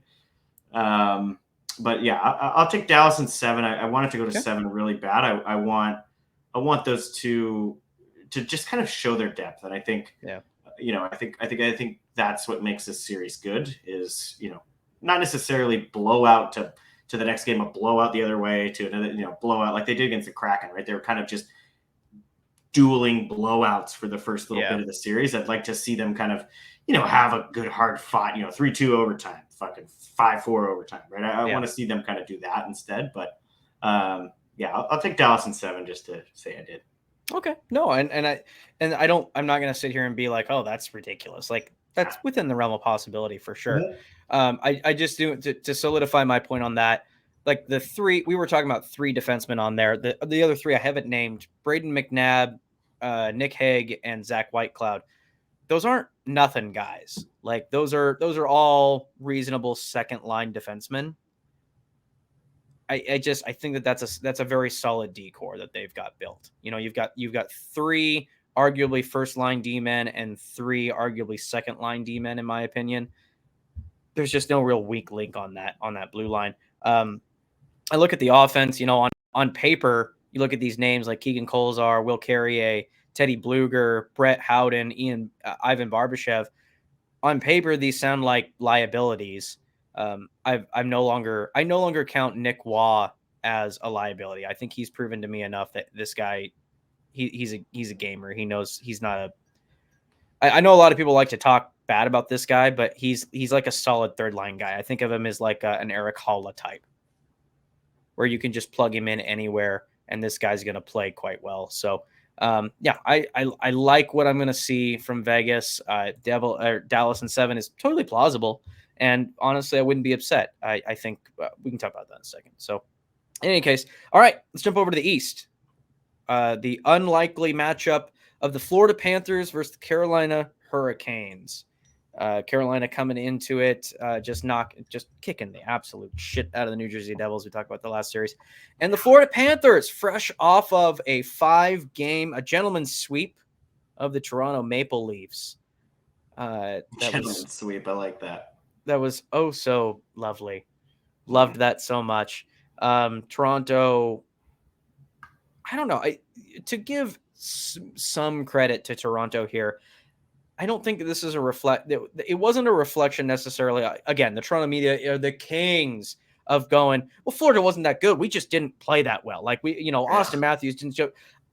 Honestly, again, I'm going to take the argument of like, I don't think Toronto played bad in this series. I just think Florida it's one of those team of destiny things. Like, the LA Kings of that one year where they hit 8th and they're striding the playoffs. It happens. Yeah.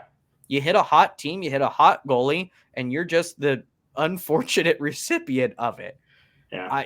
It sucks because this is a team that just consistently seems to get unlucky and can't fucking do anything. The Seattle Kraken have more second-round wins than the Toronto fucking Maple Leafs in the last 20 years. I love that. Which is just fucking hilarious. It's great. But no, to get to not too much on the post-mortem of the Toronto Maple Leafs, because there's about 90,000 different other news agencies in the Toronto metro area alone that are going to do that. But man, it's gonna maybe in a later episode we can go in depth on what we think Toronto's gonna do. But at the moment, let's stick with the teams that won. Florida, just man, they look like they are just lighter than a feather, and Tkachuk is the goddamn leader of the fucking crazy train. Yeah, I've liked his. If Florida wins, is he MVP? He's not. I mean, he's really not having that. Like, he's an all-around dude. He just gets in the other team's head. He just throws the body around, but he can score. Does score everything, goals and stuff. So I mean, if you're thinking in that regard, yeah. I mean, if they can go and win the cup, I'd probably give it to Bobrovsky over Tkachuk because that's a fair argument. It's big totally fucking turning point because as soon as he came in and decided that he wanted to play to his fucking contract, he's been an absolute wall. But yeah, I mean, would I like to have Matthew Tkachuk on any fucking team that I root for out of the other 31 teams in the league? Fuck yeah, I'd love to have him. Oh, I'd take him in a heartbeat. If there were any like rumors that drilled out of like, oh, Matthew Tkachuk rumored to go Kraken, fucking sold. Yeah, 100%. Who do you want? Yeah, absolutely. Name your price, and we'll probably make it happen. No, I 100% agree. This team has been, you've got Tkachuk that is just like you mentioned, all around great player. I'm loving the play of Sam Bennett. That people fucking hate him. Oh, he's such a dirty little prick, dude. And all I do is just love him more. Oh, him and Anthony. He is pretty dirty. He's fucking. He's pretty dirty player. Yeah, he doesn't give a flying fuck, and it's great. It's fucking fantastic. Anthony Duclair is playing great hockey after I think he was injured for quite a while. He's injured. I think he missed a game or two. Well, he was super injured. He was injured during the regular season, but I think he's even missed a couple in the playoffs. That's what I meant. So, and I mean, Barkov's just been there, right? He's just kind of steady. He's doing what he needs to do. And they have a great decor there in Florida. Dude, Brendan Montour, who fucking saw that coming? Mm-hmm. That guy's arguably playing like a top 5 D in the league. Yeah, he's got 6 or 7 goals in the playoffs. In the playoffs, I would say he's the top D man. Yeah, he's been playing out of his fucking mind. So Can you name anybody else? Any other D that's doing better than him? I mean, yeah, I'd have to. You have to look at a couple different names. I think you could probably look at Miro Heiskanen. I know we were talking about him earlier. Okay, he's in the top 3 conversation. Yeah, 100%. But I mean, he's playing lights out, and he looks so. It's almost like the NHL has caught up to his style of game. Yeah. Or what Paul Maurice is basically doing down there is allowing him to kind of just play that fluid, Yep. Make the right offensive defenseman option, right? And Yep.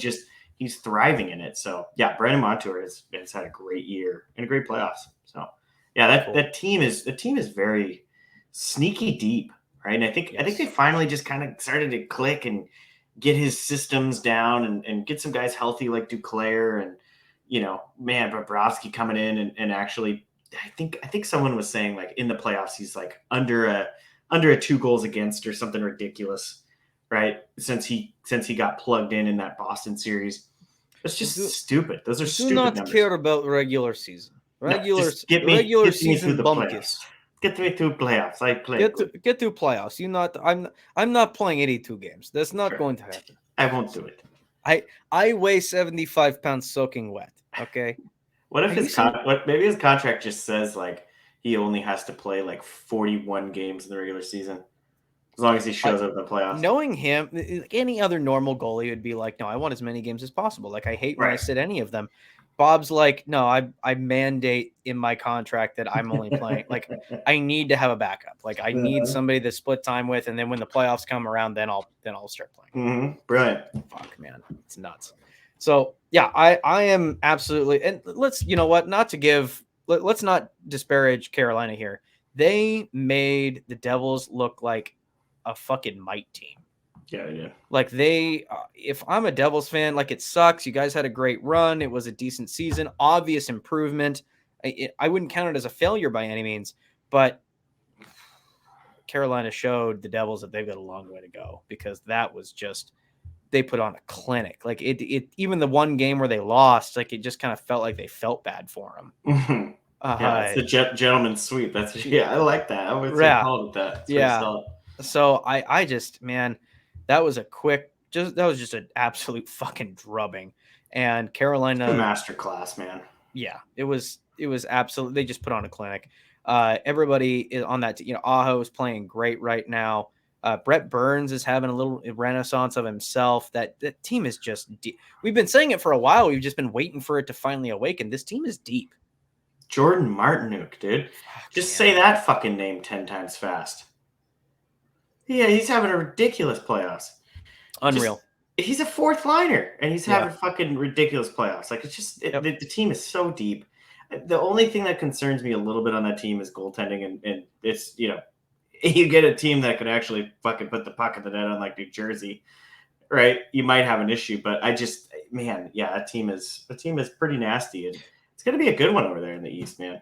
I did hear on the most recent Puck Soup that the ultimate shame of the Maple Leafs and all of this is that if the team that just beat them in 5 is now beat by a Freddie Anderson team, fuck yeah, it's the ultimate like fucking teabagging of the Toronto Maple Leafs, which I'm here for. Just a little mushroom stomp after the kill. Yeah. Oh my god. Yeah, Freddie's just like fucking just presses it. Yeah, oh yeah. Just like a kid gamer on Call of Duty, just fucking up and down on a dead dude. Keep bagging that shit. Exactly. Yeah, God, this is gonna be a good series though. I really do like I think if you look just with the guys they have out, I think they are gonna get Teravainen back through. So that helps out a little bit. I don't know if I don't know where Svechnikov's is at, but I think maybe he's done. I'm not sure. TV was skating in a non-contact or in a contact. Yeah, contact. Yeah, so he's probably back. I haven't heard anything about Svechnikov, but I mean, if you look at the top of both the forward groups, I do think Florida has the benefit on paper.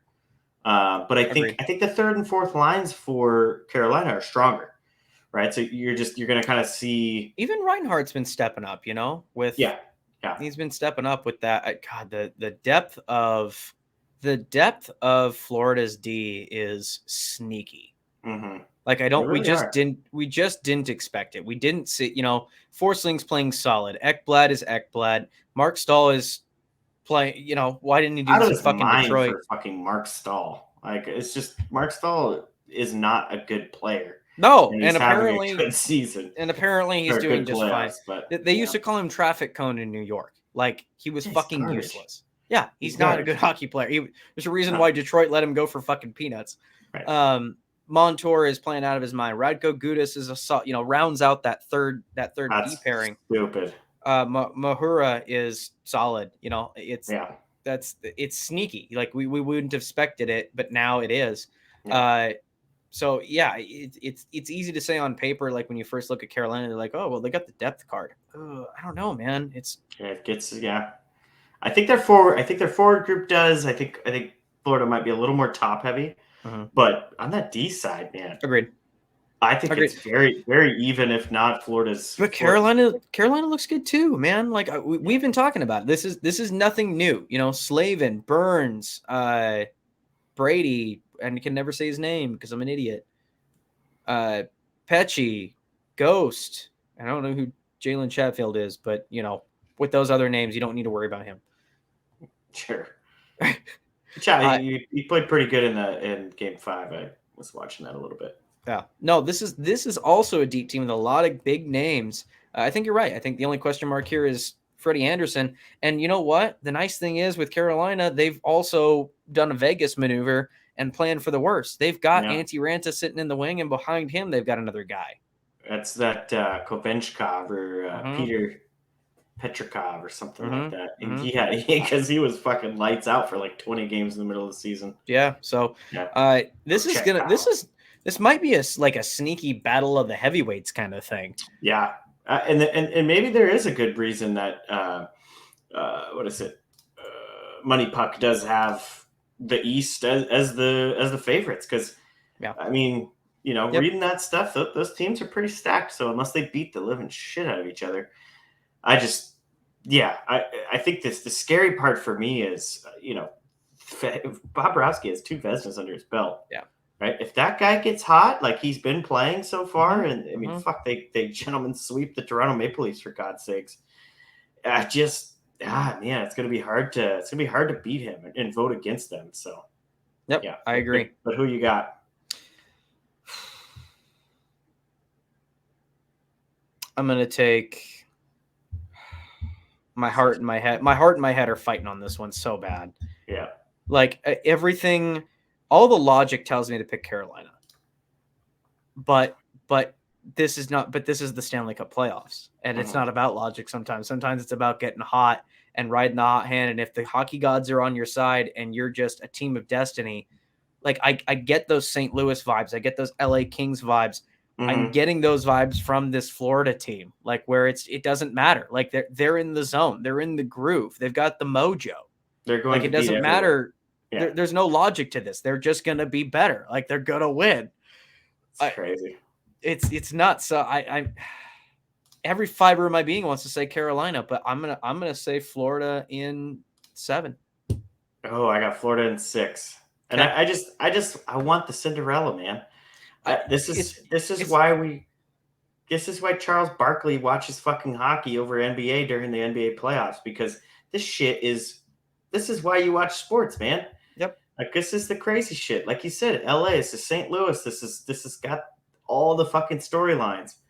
And and on top of it, they have a roster to fucking do it. It doesn't feel like a fake miracle. And as much as we love the Seattle Kraken, that was kind of a fake miracle run. Like, they accomplished much more than they expected. And in fact, I wouldn't be surprised if we see a bit of a regression next year as they continue to build this team.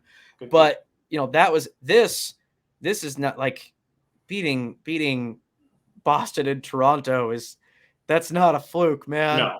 No. Like, you don't just casually accidentally beat the Florida or the Boston Bruins and the Toronto Maple Leafs. You just don't. Right. And on paper matchup, statistics wise, I would probably give the edge to Carolina, but this is the Stanley Cup playoffs, man. And you can't, sometimes it is just about fucking heart and, all that shit that the 500 hockey men say. You got to want it more. And goddamn, they do. God, they want it, huh? Oh, I see it. Oh, it's going to be such a good. It's going to be a good. It's going to be a great series. It's going to be a great series. It's going to be starting tomorrow or today if you're listening. Yep. So Watch God it. damn, it's gonna be awesome. Okay. Anything else on the playoff picks? We gotta wrap this up. We got one more topic. Nope, that's it. I think you're gonna see a Florida Dallas / Vegas. Yep. God damn. What a That's crazy crazy. crazy playoffs. I love it. And to recap of it, like my least favorite of like my bottom pick to win the cup would be Dallas, like wanting, not think will win, wanting to win. They're the bottom, and honestly, I wouldn't mind it. Dallas hasn't won it since '99. That's a strong fan base. They've gone through some dark times. They've paid their dues in rebuilding that team and getting it to where it is now, even through a rebrand. And aside from two players, I like everybody on that squad for the most part. So I wouldn't be mad if Dallas wins it, and they're my least favorite of the four teams to win it. Would love Vegas to take it. That would be a great story. They finally overcome and all their pain finally pays off. Florida speaks for itself. You just said they're the Cinderella story, and Carolina's absolutely they're the team in all this that like deserves it. You know what I mean? Yeah. Like they've had a solid squad for years, and they've always been everybody's dark horse for like it seems like the last decade. Feels like the last decade that they've been like a dark horse to maybe they might get if they can just get into the playoffs, they might do some that kind of shit. It might finally be their time, and who doesn't want to see Rod Brindamore win the fucking cup? Yeah, he seems like a good dude. Seems like a great fucking guy. Mm-hmm. Cool. All right. Last thing before we sign off here tonight. As of today, it's not breaking news, but if you haven't heard, the vote for the Arizona Coyotes deal in Tempe, Arizona, has failed. Fucking stupid. The residents of Tempe, Arizona, said, "Nah, fuck the Coyotes. Nah, bro, we like garbage. We love garbage. We want well, if I were not a fan of the Coyotes franchise, I would argue that watching the Coyotes play hockey is equivalent to garbage." You ever just sat there and watched garbage though? I've seen a Coyotes game. Badum-tis. In all seriousness, like I understand. So there's a lot of disappointed people right now. More the people I've listened, I've heard the arguments of people who voted against this. There's a lot of layers to it that we just don't want to go into. A lot of specifics and even some politics in there, where you tax dollars and all that bullshit. Not going to get into it.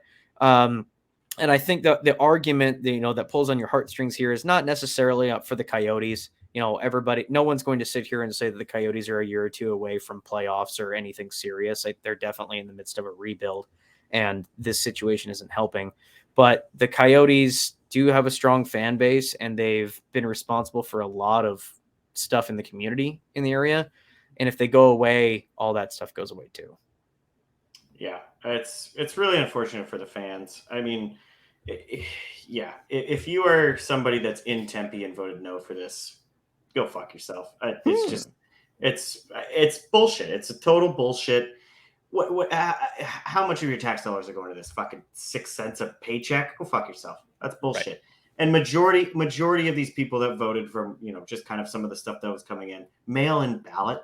The fuck? What year? Older folks. It was people 60 and 65 around right by the time that this shit it's just bullshit, man. And there's not that Tempe needs anything else. They have ASU already. They have some spring training fields and stuff like that. There's plenty going on in Tempe. It's just, what are you going to do with that space? It's just going to stay a dump. That's better. They also on this ballot. This is craziness. I know this is just me living in Chandler for fucking ever and wanting the Coyotes to be closer, and then they fuck it up.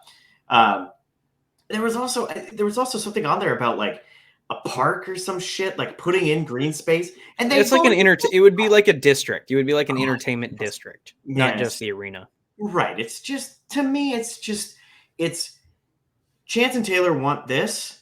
I'm a petty, fucking, whiny, entitled piece of shit, and I'm going to say no. I'm going to vote against your happiness. That's exactly what this was, and it's total fucking bullshit. So if you voted no against the rink there, please just go hit unsubscribe. You're a fucking idiot. Sorry, Perfect. that's me. That's as hot as I'm gonna get because No, it's bullshit, dude. It's total I back horseshit. you on it. I back you Yeah, on it. While total horseshit. I didn't live in Arizona, so I don't have the passion you've got. Sure. I've said many times on this show that I want hockey to work in non-traditional markets. I want hockey to exist in Florida. I want hockey to exist in Atlanta. I want hockey to exist in Texas and Arizona and all the other fucking places that I wish hockey was a North American, you know, Sure. a true North American. It would be so cool to have a fucking Mexican hockey team. It will never Right. happen, but Right. that would be super. I would love to have these things. And in order for the game to grow, you have to do that. And Right. unfortunately, you know, yes, have the Coyotes done themselves any favors? No. You know, No. ownership has fucking bit them in the ass many times, and the on ice product has suffered. That's just the unfortunate way of life about it. But it's still is one of the few times that I agree with Gary. But you know, Gary Bettman and I agree on this for two totally different reasons. For him, it's a point of pride. You know, if the Right. Coyotes fail, then he actually fucked up. Right. But and he just won't admit that. I want it because I want the game to grow. I want hockey to be successful in the desert, and this is just another dagger into it of relocation. And Yeah. I just don't want to see that. I want the Coyotes to do as much as it's fun to sit here and talk about relocation cities and whatnot. At the end of the day, my preference is for it to stay in Arizona, and I want that to happen. I think a lot of people do. Well, that's not true. A lot of people, especially if you're fucking, I swear to God, if I hear one more fucking person say Quebec City, I'm Oh gonna fucking God. lose it. Like it's not going to just stop. Like Mean Girls, like it's stop trying to make it happen. It's not gonna happen. Like Quebec City is not going to happen. It doesn't matter. Gary Bettman doesn't want it to happen, and if he doesn't want it to happen, it's not gonna fucking happen. Yeah. I did like how much passion Heat Daddy had a ton of passion on Twitter about this shit Mm-hmm. because Yep. he's just all what he was saying is basically like you're all fucking stupid. Yep. Like you're all stupid for thinking like, oh, you got to move this team. This is the most traction this team has had. The Mm-hmm. sport of hockey is growing in Phoenix. Their youth teams have been winning fucking tournaments. Their numbers have been exploding down there. Hockey is just exploding. And to put this rink in literally the center of basically where their entire fan base is there in the valley would have been huge. This would have been the most momentum this Coyotes team has had since they left downtown, which not a lot of people know what that even fucking means because you don't follow the Coyotes. You've never followed the Coyotes, so how can you Twitter? How can you tweet about there's fucking 6 fans? Shut the fuck up. Sure. Right. Putting that where they wanted to put that rink was going to be the best thing for that franchise in that area. And in the defense of the people who voted no, I don't think the NHL and I don't think the Coyotes actually put enough. This is why we're doing it. This is really good stuff. Basically, they just sent out, yeah, just vote yes, dude. Right. Right. Like they didn't do That's what a I'm hearing ton. on that too. Yeah. Right. They just didn't do a ton of like basically we got this in the fucking bag. There are Right? people Who on wouldn't Twitter want that this shit? they didn't even know the Coyotes existed. It's like, what the fuck? How did you not know? Right. Yeah. Like It's I'm because a they're all the way in casual, Glendale. yeah, I'm a casual fucking sports fan, and I know at least the local sports team. Like I do not follow the fucking Seahawks or the Mariners or the Sound or any that I do not follow that. I could not tell you what their record is or what their last games were or really any of their star players, but I know that they fucking exist. Sure. It's just blatant, just uneducated Yeah. people, unfortunately. And yeah, I don't That know. I sucks. have a lot of feelings about that. If anyone would like to grab a beer and learn a little more, I will yell at you and just be directing it towards people of Phoenix. So Perfect. Tempe. Perfect. Yeah. Yeah. So the last on that is that it does sound like Bill Daly said that he doesn't envision a scenario where they're not playing at Mullet Arena next year. Mm-hmm. Because I do believe that they still have like a 2 or 3 year I think contract 2 on that. years. I think 2. 2 more years. Yeah. 2 more years. So I wouldn't be surprised. It probably won't last the 2 years because there's no way. Like if they hit the final year and there's still nothing on the horizon, they'll start looking to relocate. Right. But they still have time. They have 1 more year probably at Mullet Arena to try to find an alternative, or maybe even I don't know the politics of the area. Maybe they can rerun it again, something like that. But no, I definitely think after this failure, the NHL is now taking it more serious, relocation more serious than ever. Right. Which is fair. Which is fair. Like they have to have a backup plan just in case. It's not a decision that needs to be made tonight. Like I said, they have a home for 2 more years. So we'll see how that goes. They'll probably use every day of that 2 years to try to find a way to keep them in Arizona. And if it doesn't happen, then yeah, I mean, the traction and the trending on Twitter shows that there's definitely motivated people. I think the owner of the Jazz came out and said he'd be interested in purchasing the team. Kansas City. Houston's already been thrown around a lot. I already mentioned Quebec City, which is a pipe dream. Toronto has also been an option, but Toronto, Atlanta more being an expansion, but in any case, there's plenty of options out there. I do think Salt Lake City would be very weird. I don't know if hockey would go over well in Salt Lake City, but who knows? Yeah. In any case, I think that's. I just hope for the best. My number one preference is that I hope that it's figured out. I want the Coyotes to be well, and I want them to stay in Arizona.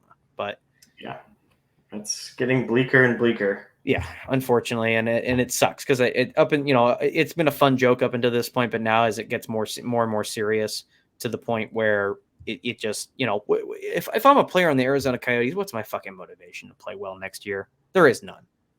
Yeah. Like, why if I'm Clayton Keller, I'm fucking just dreading the fucking I don't give a shit about training. I don't give a shit about training camp. I don't care about getting traded. It's if anything, you want to piss them off so they ship you out. Sure. Like your season is already the only thing that can make it better is maybe the team rallies. Like you get it's a situation where the Kraken are just like you're completely underrated. Everybody's telling you that you guys are terrible. Your team is terrible, and it's a Mighty Ducks story where the team rallies around it and has a fantastic season, and because of that, they finally get their arena deal. And somebody's eaten by alligators because that's is that Mighty Ducks 4? Yeah, something like that. Yeah. We saved the arena, guy. From Iceland. Yeah, from Clayton Keller punches some dude from Iceland. Team Iceland comes in and plays them in an exhibition game, and they win. And it's perfect. The mayor of Tempe is just like, you know what? Damn it all to hell. I'll give you your arena. Shakes his hand or something. Well, it's funny. I think the mayor was pushing it pretty heavy. Yeah, he was. Yeah, but I don't know. Just bullshit in general. Way it goes. All right. 8 minutes left. As much as we try to do an hour and 30-minute podcast, it just seems like we can't get it done. There's a lot of news. Quick hits. Keith Jones becomes, was he president of the Flyers? Yeah, because Briere is That's GM. Right. Danny Briere. Any thoughts on that? I think Keith Jones is a decent enough dude. I don't know if he was the greatest analyst for NBC or anything, but I think he knows hockey. Yeah, I think it's interesting that he basically said Torts is going to get a seat at the table of personnel decisions. So I don't know how that's going to go over. You're going to get going to get a situation where Wayne Simmons is fucking skating third line minutes, but probably first line minutes. Right. He's probably going to get canned anyways, but it's fine. It's very true. Rumors out there that Columbus is looking at Mike Babcock for the coaching job there. Is there any reason why we would think this is a good idea? No. The old equipment manager for Chicago was already taken, so they couldn't bring him in, so they went with Babcock. I can't think of any. I think that would be such a bad pick. I think that would be such a terrible pick for the Columbus Blue Jackets, especially with the team that you've got there. You're trying to get younger. You're trying to get more skilled guys in. Patrick Laine already, is a fucking stubborn asshole. Gaudreau's probably not going to want to take shit from him. He's an accomplished player. And any draft guys that you bring in are probably not going to want to take Babcock's shit either. I don't know. They pack that rink, dude. Like their fans are. You've got to get a coach that's likable. You've got to get a coach that's likable in there. And Babcock 100%. Is the least likable fucking. Honestly, I think Quenneville would go over better. Yeah, I bet he would. Honestly, like it's I I don't know, wins. This is hockey. This is professional sports. Wins fix everything. So yeah, if Babcock walks in there and they're like 20-5 in their first 25, then sure, everybody shuts up. But I just don't see. Quenneville could probably do that. Babcock, Sure. I think, is just done. He's been out of the game for a little bit now too. So who knows? And it's not like he's been finding himself and learning anger management tactics. If anything, he's been fucking stewing and just getting ready to fucking take it out on somebody. Fuck yeah, dude. That is. I mean, any other franchise, because I think Columbus has some nice. They got some nice pieces. They got some momentum with their selling out their barn. That's just not the franchise, but I wouldn't mind seeing him, Sharks or something. No, right, a bottom dwelling team that he can lead through a rebuild. Sure, fine, whatever. I don't care about. Yeah. Speaking of coaches, it sounds like the Ducks have interviewed like over 300 people for the coaching. I saw 468 officially. Yeah. That can't be right, dude. They were just calling. Fake. They just called like, hey, I called my mom, see if she was interested. And there was one comment on that. Some guy was like, "Yeah, I walked out of my job at Tim Hortons and I got a call from fucking for a week." I was like, "Yeah, that sounds about right." I was like, that was a pretty significant time commitment. I just don't think I can do it. Yeah, sorry, buddy. I really enjoying my upward movement I'm seeing at Timmy's. Right. Well, and it probably pays more at Timmy's. So pays more. During this rebuild, fucking, I bet you're making just as much as a Tim Hortons manager. Yeah. I'm definitely, there's a couple names that got thrown around. I think assistant coach for Toronto, and then an assistant coach for I don't remember the other one. Maybe New Jersey.